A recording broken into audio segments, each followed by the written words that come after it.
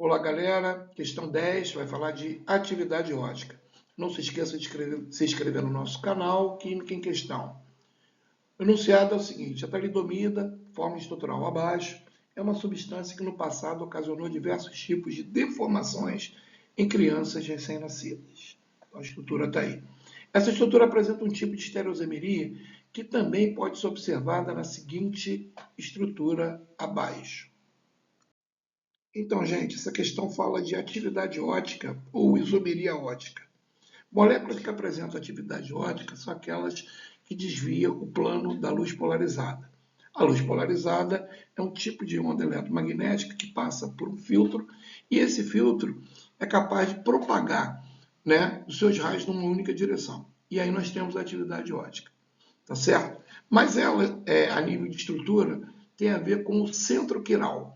O centro quiral, quando a cadeia é aberta, está muito associado ao que a gente chama carbono quiral. Existem casos de atividade eólica sem carbono quiral e cadeia aberta? Sim, mas nós vamos nos prender nesse caso aqui.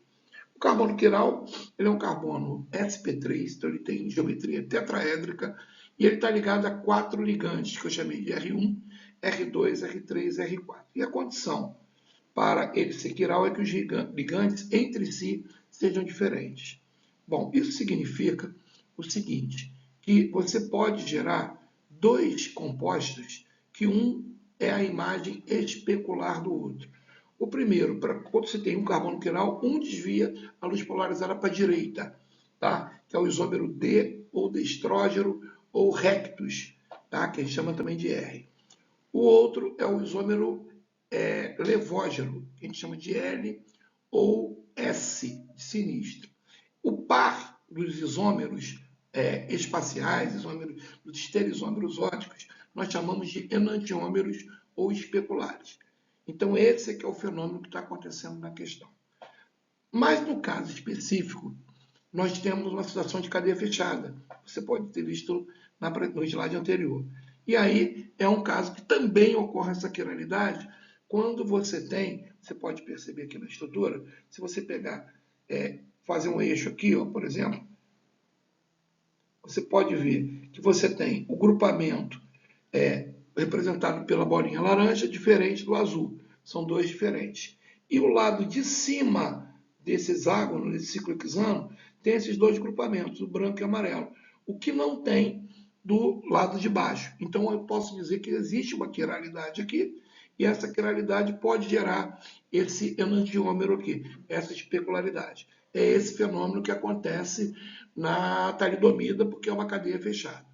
Quando a gente coloca a estrutura da talidomida, você pode ver que esse mesmo fenômeno que aconteceu na parte de baixo aqui do slide, ele se repete aqui, ó.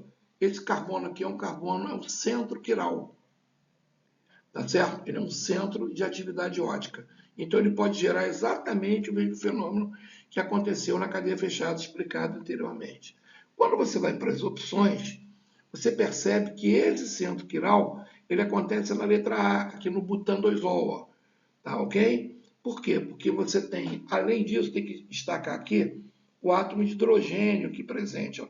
Então tem um hidrogênio, tem um metil aqui, e aqui tem um radical etil. Ó. Então são 4 grupos diferentes. Aí ele funciona com um centro quiral de cadeia aberta. E os demais não têm esse tipo de fenômeno. Logo, eu posso dizer para você que quem tem a estereoisomeria ótica presente na talidomida é o butandosol. O gabarito, então, é letra A. Beleza?